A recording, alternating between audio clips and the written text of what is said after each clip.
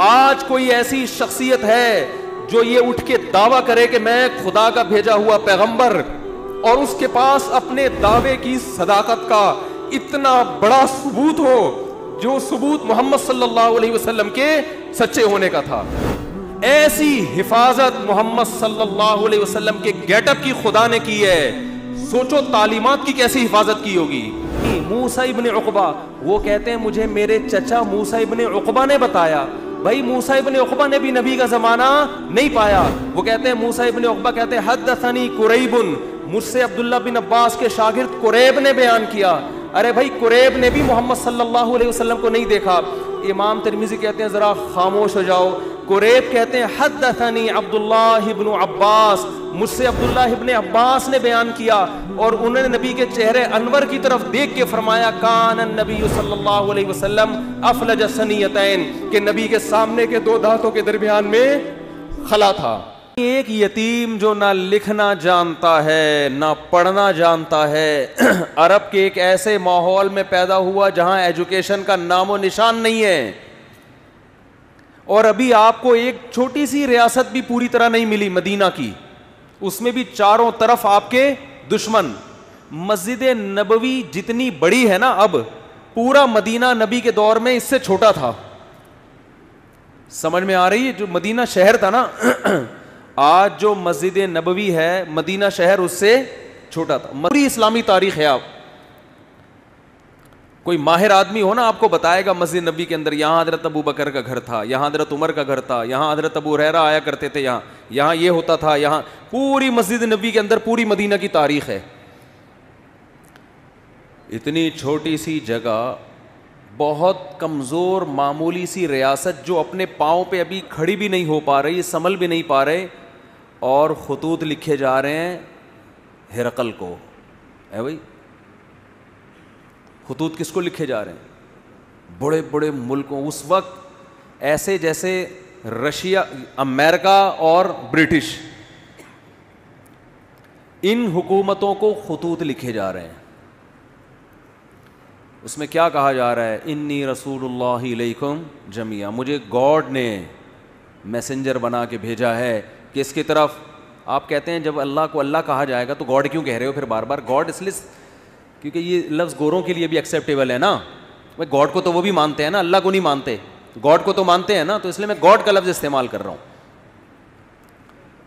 سمجھ رہے ہو کہ نہیں سمجھ رہے؟ لبرل لوگ بھی بولیں یہ اللہ کیوں لے کر آ رہے ہیں بیچ میں؟ تو بھائی گاڈ کا لفظ سب کے لیے قابل قبول ہے کہ نہیں ہے؟ انگلش میں خدا کو کیا کہتے ہیں؟ گاڈ کہتے ہیں، کیونکہ انگریز بھی او مائی اللہ نہیں کہتے، او مائی گاڈ کہتے ہیں۔ آپ کہہ سکتے ہیں کہ انگریز تو آپ کا بیان سن نہیں رہے، تو وہ لوگ ضرور سن رہے ہیں جو انگریزوں سے ڈسے ہوئے ہیں ٹھیک ہے، اور ہو سکتا ہے یہ ٹرانسلیشن ہو جائے انگلش میں بعد میں، یہ بھی ممکن ہے، نہیں بھی ہو تو کوئی ترجمہ کر کے بتا دے۔ کچھ گوروں نے بھی بیانات سنے ہیں۔ تو اب میں آپ سے ایک بات عرض کر رہا ہوں کہ دنیا میں اس سے بڑے سفیر کی کوئی مثال مل نہیں سکتی، جو دعویٰ بھی کر رہے ہیں کہ میں تمام لوگوں کی، اللہ کی طرف سے تمام انسانوں کا رسول، اور اس دعوے پر عمل بھی کر کے دکھا رہے ہیں، بڑے بڑے بادشاہوں کو خطوط لکھ رہے ہیں۔ بعض بادشاہوں نے جب آپ کا خط دیکھا تو اسے پھاڑ دیا، آپ نے فرمایا اللہ اس کے اسی طرح ٹکڑے کرے گا جس طرح اس نے میرے خط کو پھاڑا ہے۔ آپ کہہ سکتے ہیں بھائی کسی کے خط کو پھاڑنے پر اتنی بڑی بد دعا کیسے دی جا سکتی ہے؟ بات یہ ہے کہ دعویٰ جتنا بڑا ہو اس دعوے کا انکار بھی اتنا ہی بڑا جرم ہوتا ہے۔ اس کے ذمہ لازم تھا، کیونکہ نئے پیغمبر کا لوگ انتظار کر رہے تھے، لوگوں کو یقین تھا کہ حضرت عیسیٰ ابن مریم آخری نبی نہیں ہے، عیسائی بھی انتظار کر رہے تھے، یہودی بھی انتظار کر رہے تھے۔ ایسے موقع پہ اگر کوئی دعویٰ کرے تو دعویٰ سنتے ہی اس کو پھاڑ ڈالنا یہ اللہ سے دشمنی لینے کے مترادف ہے۔ اس لیے رسول اللہ صلی اللہ علیہ وسلم نے فرمایا لا يسمع بی احد من هذه الامة یہودیا کان او نصرانیا ثم لم یؤمن بالذی ارسلت به الا دخل النار۔ فرمایا میری پوزیشن یہ نہیں ہے کہ کوئی میری دعوت سنے، اس کا دل چاہے تو مان لے، دل چاہے تو نہ مانے، نہ نہ نہ نہ نہ نہ۔ میری حیثیت یہ ہے کہ اس امت میں کوئی یہودی عیسائی میرے بارے میں سنے اور پھر تحقیق کر کے مجھ پر ایمان نہ لے کر آیا تو اس کا ٹھکانہ جہنم کی آگ ہے. اس نے اس کو ویلیو کیوں نہیں دی؟ بالکل اس کی مثال ایسے جیسے کلاس روک کر ایک شخص کہہ رہا ہے مجھے پرنسپل نے بھیجا ہے اور ٹیچر اس کی بات کو لفٹ کرانے کے لیے تیار نہیں ہے, تو آپ کیا سمجھتے ہیں پرنسپل چھوڑ دے گا اس کو؟ اور وہ کہہ بھی رہا ہے کہ میں سب پوری کلاس کے لیے پیغام لے کر آیا ہوں اور پیغام بھی بہت اہم ہے. آج لبرل لوگ اعتراض کرتے ہیں نا, یہ کیا بات ہے محمد صلی اللہ علیہ وسلم پر کوئی ایمان نہ لے کر آئے تو جہنم میں جائے گا. اتنی سی باتوں پہ جہنم ہے بھائی, اتنی سی باتوں پہ. یعنی وہ کہتے ہیں نا یہ لوگ ذرا سی بات پہ کہاں پھینک رہے ہوتے ہیں, جہنم میں ڈال. بھائی اتنی سی بات ہے نہیں, کیونکہ دعویٰ یہ کہ مجھے خدا نے بھیجا ہے. اب آپ کے ذمے ہے کہ آپ تحقیق کرو کہ یہ اپنے دعوے میں جھوٹے ہیں یا سچے. آپ اس کان سے سن کے اس کان سے نکالنے کا آپشن آپ کے پاس ختم ہو گیا. ابھی آپشن نہیں ہے آپ کے پاس کہ ادھر سے سنیں اور ادھر سے نکال دیں گے یار یہ مسلمانوں کے مذہبی معاملات ہیں, چھوڑو. آپ کہہ سکتے ہیں کہ کیا دلیل ہے آپ کے پاس کہ محمد ابن عبداللہ صلی اللہ علیہ وسلم اس دعوے میں سچے تھے؟ کیا دلیل ہے آپ کے پاس؟ ہم کہتے ہیں 1400 سال پہلے جو آپ کی نبوت کے برحق ہونے کے دلائل تھے وہ تو تھے, وہ لوگوں نے اپنی آنکھوں سے دیکھے. 1400 سال کے بعد جو آپ کے برحق ہونے کے دلائل ہیں وہ پہلے سے بھی زیادہ ہیں, وہ اس سے بھی زیادہ ہیں.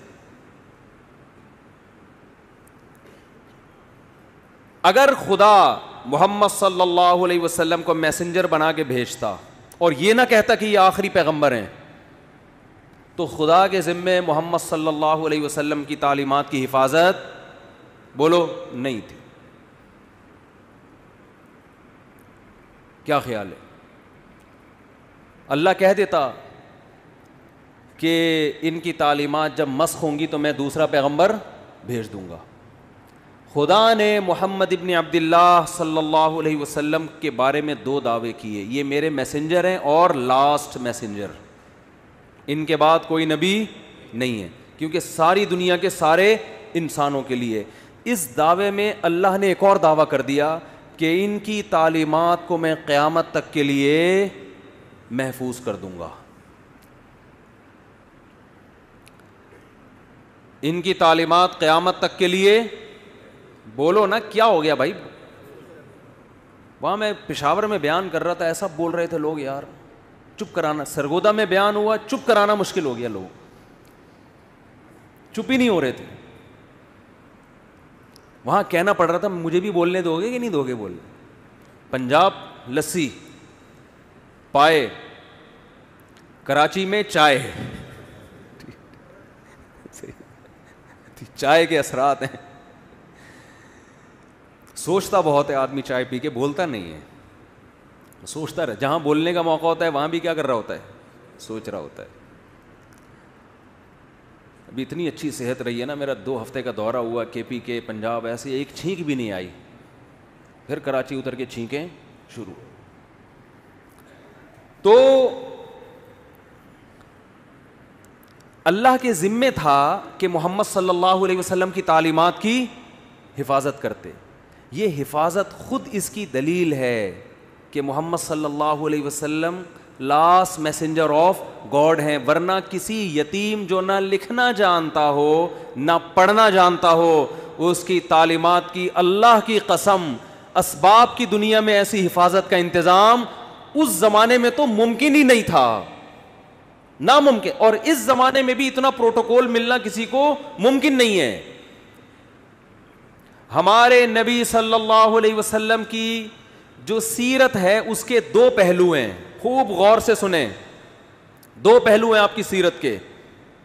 ایک پہلو وہ ہے جس میں آپ خدا کی طرف سے کوئی میسج دے رہے ہیں کہ یہ الاؤڈ ہے اور یہ ناٹ الاؤڈ.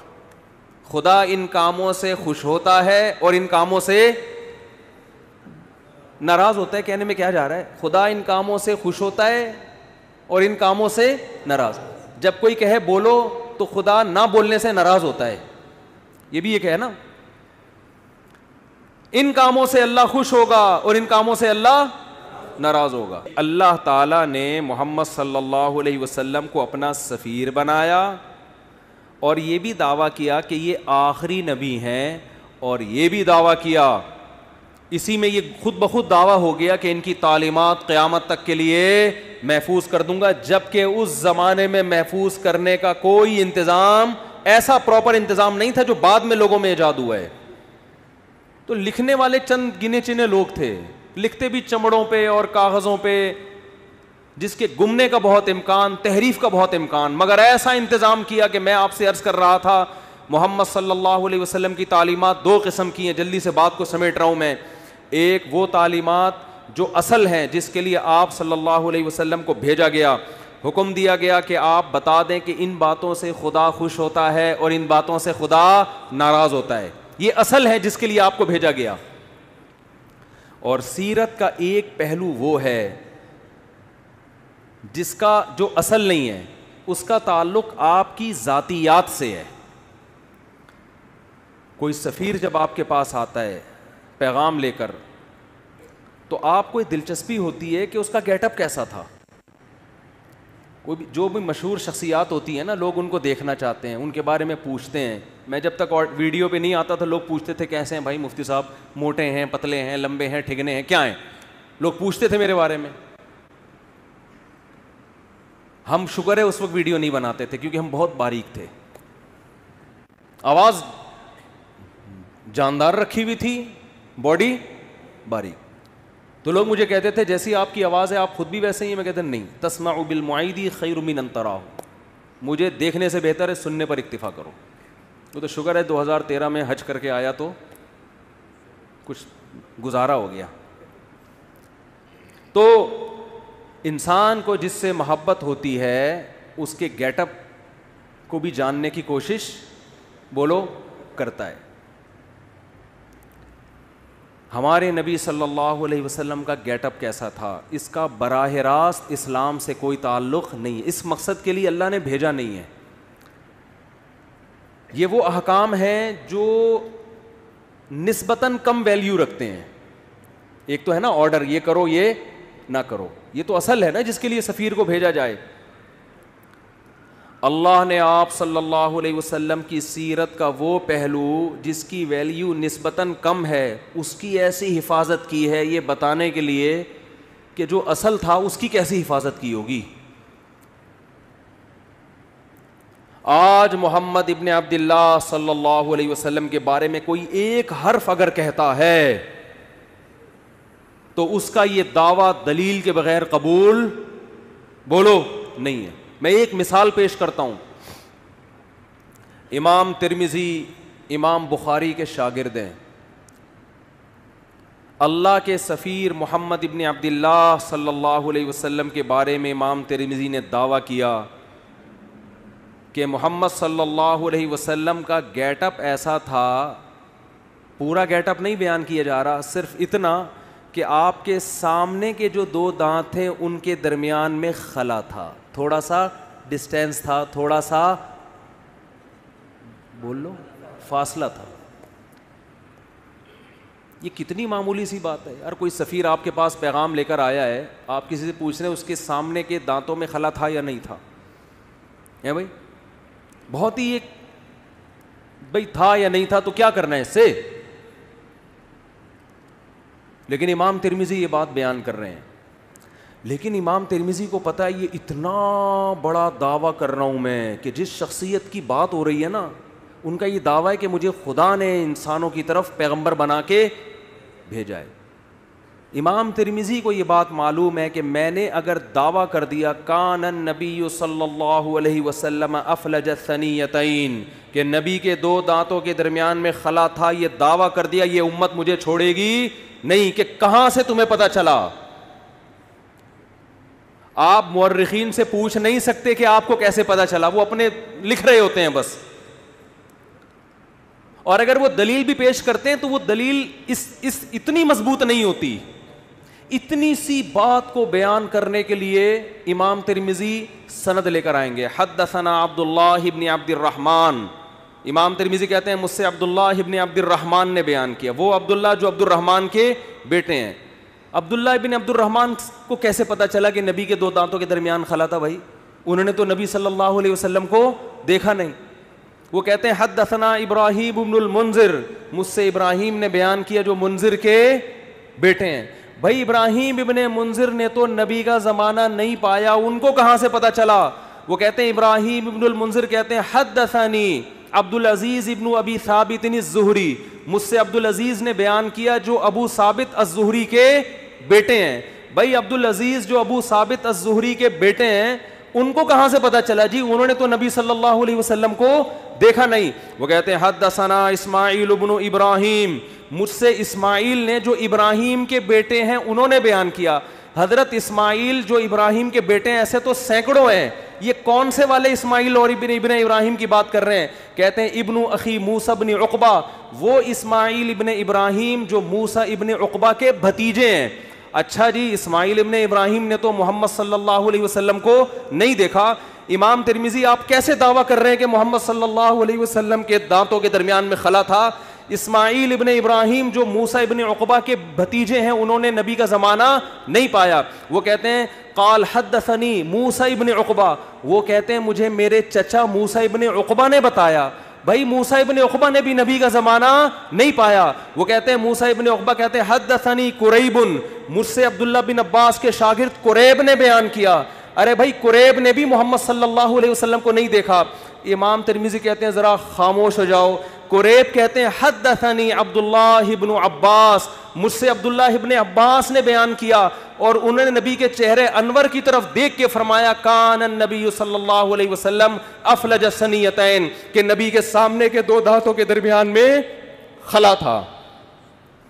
ایسی حفاظت محمد صلی اللہ علیہ وسلم کے گیٹ اپ کی خدا نے کی ہے. سوچو تعلیمات کی کیسی حفاظت کی ہوگی. آج کوئی ایسی شخصیت ہے جو یہ اٹھ کے دعویٰ کرے کہ میں خدا کا بھیجا ہوا پیغمبر, اور اس کے پاس اپنے دعوے کی صداقت کا اتنا بڑا ثبوت ہو جو ثبوت محمد صلی اللہ علیہ وسلم کے سچے ہونے کا تھا. آپ کہہ سکتے ہیں یہ ایک حدیث ہے, ایسی ہزاروں حدیثیں ہیں, ایک بات بھی اگر آپ محمد صلی اللہ علیہ وسلم کی طرف منسوب کرتے ہو سند کے بغیر امت اس کو قبول بولو نہیں کرتی. اور سند بھی کیسی خاندانی. آپ کہہ سکتے ہو امام ترمذی سے کہ حضرت آپ کہتے ہیں مجھ سے عبداللہ ابن عبد الرحمن نے بیان کیا, ہو سکتا ہے یہ بندہ بھی آپ نے خود ہی گڑھ لیا ہو. بھئی کہنے پر گورنمنٹ کی طرف سے کوئی پابندی ہے؟ بولو آپ کو مجھ سے فلاں نے بیان کیا, اگلے کو کیا پتا فلاں کون ہے؟ آپ اسماء الرجال کی کتابوں میں جاؤ گے, جی عبداللہ ابن عبد الرحمن کون ہے؟ آپ کو اس زمانے کے درجنوں علماء کے اقوال مل جائیں گے, یہ فلاں سن میں پیدا ہوئے, فلاں جگہ علم حاصل کیا, ان کے بارے میں علماء کے تبصرے, یہ جھوٹے تھے سچے تھے, کوئی کرپشن تو نہیں ان پہ ثابت ہوئی, جھوٹ تو ثابت نہیں ہوا زندگی بھر, ان کے شاگرد کون کون, ان کے استاذ کون کون, کہاں کہاں سے علم حاصل کیا. ایک مؤلف بیان نہیں کرے گا, بہت سارے لوگ جو مختلف ملکوں میں رہتے ہیں وہ بیان کریں گے ان کے بارے میں. پھر آپ اگلے راوی کی طرف جاؤ گے, عبداللہ ابن عبد الرحمن, وہ کہتے ہیں ابراہیم ابن المنذر نے. یہ ابراہیم ابن المنذر کون ہے؟ یہ کوئی ڈھکے چھپے نہیں ہے, آپ کو درجنوں کتابوں میں ان کے حالات بولو مل جائیں گے. بھائی اس زمانے میں مشہور آدمی تھے, یہ لوگ جانتے تھے ان کو. وہ کتابیں کوئی دمشق میں لکھی جا رہی ہے, کوئی مصر میں لکھی جا رہی ہے, کوئی کوفہ میں لکھی جا رہی ہے, ان کتابیں میں ان کا تذکرہ ملے گا آپ کو. حالانکہ ان کے آپس میں ملاقات ثابت, ان مصنفین کا آپس میں کمپرومائز نہیں ہو سکتا, مختلف ملکوں میں ہے یہ. پھر آپ پوچھو گے جی عبدالعزیز ابن ابی ثابت الزہری کون ہے؟ ان کے اسماء الرجال کی کتابیں تو اتنی جلدوں میں ہوتی ہیں جن میں راویوں کے حالات, ان کے نام. ایسا خاندانی پروٹوکول خدا کی طرف سے محمد صلی اللہ علیہ وسلم کو ملا, ایسی حفاظت کی گئی. اللہ ان غیر مسلموں سے کہہ رہا ہے جس کے دانتوں کے درمیان خلا, اس گیٹ اپ کو بیان کرنے کی میں نے ایسے حفاظت کی ہے, سوچو اس کے آرڈر کیسے میں نے محفوظ کیے ہوں گے. یہ پروٹوکول اس کائنات میں آج تک کسی کو بولو نہیں ملا. ہم یہ سیرت سن کے خوش ہوتے ہیں, ہونا بھی چاہیے, لیکن اس میں ہمارے لیے ایک پیغام ہے کہ محمد صلی اللہ علیہ وسلم جیسے غیر مسلموں کی طرف بھیجے گئے تو مسلمانوں پر بھی لازم ہے یا نہیں کہ آپ صلی اللہ علیہ وسلم کو فالو کریں. امام بخاری اپنی سند سے حدیث لے کر آتے ہیں, نبی صلی اللہ علیہ وسلم نے فرمایا اعفوا اللحا, نبی نے خدا کا پیغام پہنچایا, داڑیاں بڑھاؤ. نبی پیغام دے کے بولو نا بھائی, چلے ختم, اللہ کی حجت اپنے بندوں پر تمام. اب جب آپ یہ حدیث دیکھیں گے, آپ امام بخاری سے پوچھیں گے نا یہ آپ کو کس نے کہا کہ نبی نے حکم دیا؟ امام بخاری سند, مجھ سے فلاں نے, مجھ سے فلاں نے, مجھ سے فلاں نے, پھر ان راویوں کی آپ ہر جگہ تحقیق کر سکتے ہو. پھر امام ترمذی بھی بیان کر رہے ہیں, امام مسلم بھی بیان کر رہے ہیں. کیوں؟ کہ کل قیامت کے دن اللہ آپ سے سوال پوچھے گا کہ میں نے اپنے میسنجر کے ذریعے پیغام پہنچایا تھا کہ اللہ کی طرف سے تمہیں حکم ہے داڑھی بولو نا بھائی بڑھاؤ. بس تمہیں اگر کوئی کنفیوژن تھی کہ پتہ نہیں حکم دیا ہے کہ نہیں دیا, تو میں نے تمہاری وہ کنفیوژن دور کر دی تھی. بس آپ کہہ سکتے ہیں اللہ اگر تیرا اتنا اہم حکم تھا تیرے حبیب کا, تو میں نے جب داڑھی نہیں رکھی تو سزا کیوں نہیں ملی؟ اللہ کیا کہے گا, یہ دنیا دارالامتحان تھی, دارالجزا کیا ہے؟ بولتے کیوں نہیں بھائی؟ بس اب آپ کی مرضی. مولوی صاحب بھی آپ کو یہ حدیث سنا کے جمعہ پڑھا کے گھر نکل جائیں گے, کیونکہ مولوی صاحب کا پولیس سے کوئی تعلق. قرآن کہتا ہے نا محمد صلی اللہ علیہ وسلم کے بارے میں کہ لست علیہم بمسیطر, آپ ان پر نگہبان نہیں ہیں. میسنجر کا کام حکم پہنچانا ہوتا ہے, منوانا بولو نہیں ہوتا. تو میسنجر کا کام پیغام پہنچانا بس. اسی پیغام میں جو خدا نے اپنے حبیب صلی اللہ علیہ وسلم کو دیا, اس میں حکم دیا ان کو پیغام پہنچا دو, بس آگے نہیں کچھ.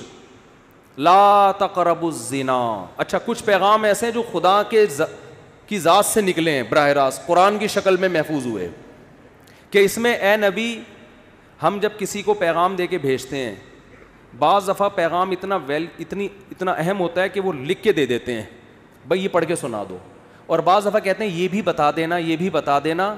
تو اس میں میسنجر کے الفاظ اپنے ہوتے ہیں, پیغام بھیجنے والے کا ہوتا ہے. حدیث بھی اللہ کا پیغام ہے, الفاظ کس کے ہیں؟ محمد صلی اللہ علیہ وسلم کے. قرآن بھی اللہ کا پیغام, الفاظ بھی کس کے؟ اللہ کے.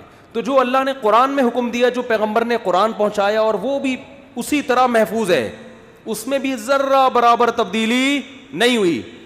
اس پیغام میں کیا ہے؟ لا تقربوا الزنا, ان سے کہہ دو کہ زنا کے قریب بھی پھٹکنے کی اجازت. بولتے کیوں نہیں. زنا کرنا تو دور کی بات. آج صبح ایک لڑکی کا فون آیا, 5 سال سے میرا ریلیشن کسی بندے سے, اب وہ شادی نہیں کر رہا. میں نے کہا بالکل ٹھیک کر رہا ہے, وہ حرام کاروں کے لیے یہی ہونا چاہیے. جب اس نے حرام مزے لے لیے تو وہ کیوں بیوی بنائے گا بھائی؟ کیوں بیوی بنائے گا وہ؟ اس کو حرام چسکے لگ گئے نا. رو رہی ہے, اس کو منع. میں نے کہا میں کیوں سمجھاؤں اس کو؟ خدا نے مرد اور عورت کو نکاح کے علاوہ کسی بھی راستے سے قریب جانے کی اجازت بولو نہیں دی ہے. محمد صلی اللہ علیہ وسلم جو گاڈ کا پیغام لے کر آئے. دیکھو غیر مسلم زنا کر سکتا ہے, کرے, وہ کہہ رہا ہے میں نہیں مانتا محمد صلی اللہ علیہ وسلم کو, اس پہ خدا خود ہی نمٹ لے گا قیامت کے دن. مسلمان کے پاس نبی کے حکم کے سامنے نو کا آپشن نہیں ہے. محمد صلی اللہ علیہ وسلم جو پیغام لے کر آئے گاڈ کی طرف سے, اس میں یہ تھا کہ تمہیں 5 ٹائم اللہ کے گھر میں جمع ہو کے میری عبادت کرنی ہے, اور عبادت کا طریقہ بھی بتا دیا. اس میں فجر کی نماز بھی, ظہر کی نماز بھی, عصر بھی, مغرب بھی اور عشاء بھی. آپ نماز کے لیے آ جائیں, آپ کی مرضی, نہ آئیں, کوئی مولانا صاحب پولیس لے کے آپ کے گھر نہیں پہنچیں گے. اس سے اس خوش فہمی میں نہ رہیں کہ نماز آپشنل ہے. نہ نہ نہ نہ نہ, اللہ نے محمد صلی اللہ علیہ وسلم کو اپنا سفیر بنایا اور آپ کی نبوت پہ سینکڑوں دلائل قائم کر کے بتا دیے کہ تمہارے اوپر میری حجت تمام ہو چکی ہے, تم آؤ نہ آؤ تمہاری مرضی. کل قیامت کے دن جب میں انتقام لوں گا تو تم یہ نہیں کہہ سکو گے کہ اللہ معاذ اللہ نقل کفر, محمد صلی اللہ علیہ وسلم کی نبوت صحیح نہیں تھی, یا اللہ مجھے یقین نہیں تھا کہ محمد صلی اللہ علیہ وسلم نے 5 نمازوں کا حکم دیا بھی ہے کہ نہیں دیا. تو یہ حجت اللہ کی بندوں پہ تمام ہو چکی ہے. اللہ نے محمد صلی اللہ علیہ وسلم پر جو کلام نازل کر کے ہم تک پہنچایا, اور محمد صلی اللہ علیہ وسلم کے ذریعے جو بندوں کو اپنا میسج پہنچایا, اس میسج میں شراب لیگل ہے یا انلیگل ہے؟ بولو, انلیگل ہے. آپ کو شراب کے قریب جانے کی اجازت نہیں ہے. خدا نے جو اپنا پیغام محمد صلی اللہ علیہ وسلم کے ذریعے ہم تک پہنچایا, اور پوری سندوں کے ساتھ, اور قرآن تو سند کا محتاج ہی نہیں ہے, اس قرآن میں ہمیں حکم دیا گیا کہ بہن کی وراثت آپ کو کھانے کی اجازت. بولتے کیوں نہیں؟ بعض گاؤں دیہاتوں میں بیان کرتا ہوں نا, لوگ بڑے خوش ہو رہے ہوتے ہیں, جہاں بہن کی وراثت کی بات ہے میں دیکھ رہا ہوتا ہوں لوگوں کے چہرے کی ہوائیاں اڑ گئی. ایک نعرہ آتا ہے ماشاء اللہ ماشاء اللہ, لگ رہا ہوتا ہے اس کے ابا بھی مرے ہی نہیں ہیں. بہت سے دیہاتی علاقوں میں پوری زمینیں کھا جاتے ہیں, بہنوں کو بولو نہیں دیتے.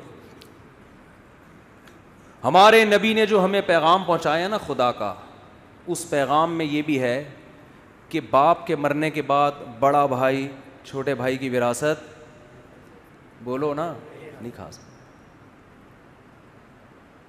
اور باپ کے کاروبار پہ قبضہ نہیں کر سکتا, چاہے وہ باپ کی زندگی میں وہ کاروبار خود ہی چلا رہا ہو. یہ غریبی ہے. ابا کی زندگی میں جو آپ جو ابا کے کاروبار کو پروموٹ کرتے ہو, یہ ابا کی خدمت کہلائے گی. اس کی وجہ سے آپ کی کاروبار میں شرکت نہیں ہوگی.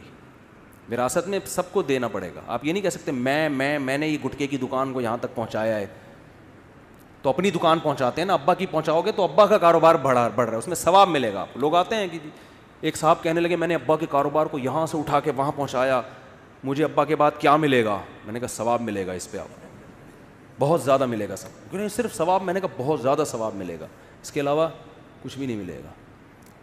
یہ ابا کا بزنس ہے بھائی. ابا کی گائے آپ خدمت کر کے ختم. یہ جمعے کے بعد اعلان کروں گا. ابا کی گائے کی خدمت کر کے اس کے 2 بچے ہو گئے گائے کے. تو یہ کس کے بچے کہلائیں گے؟ گائے کے بچے. اور گائے کس کی ہے؟ ابا کی. تو ابا کی ہوں گے نا, آپ کے تھوڑی ہو جائیں گے. یہ بڑھوتری جب ہوتی ہے تو جس کی چیز ہو اسی میں بڑھوتری ہوگی نا.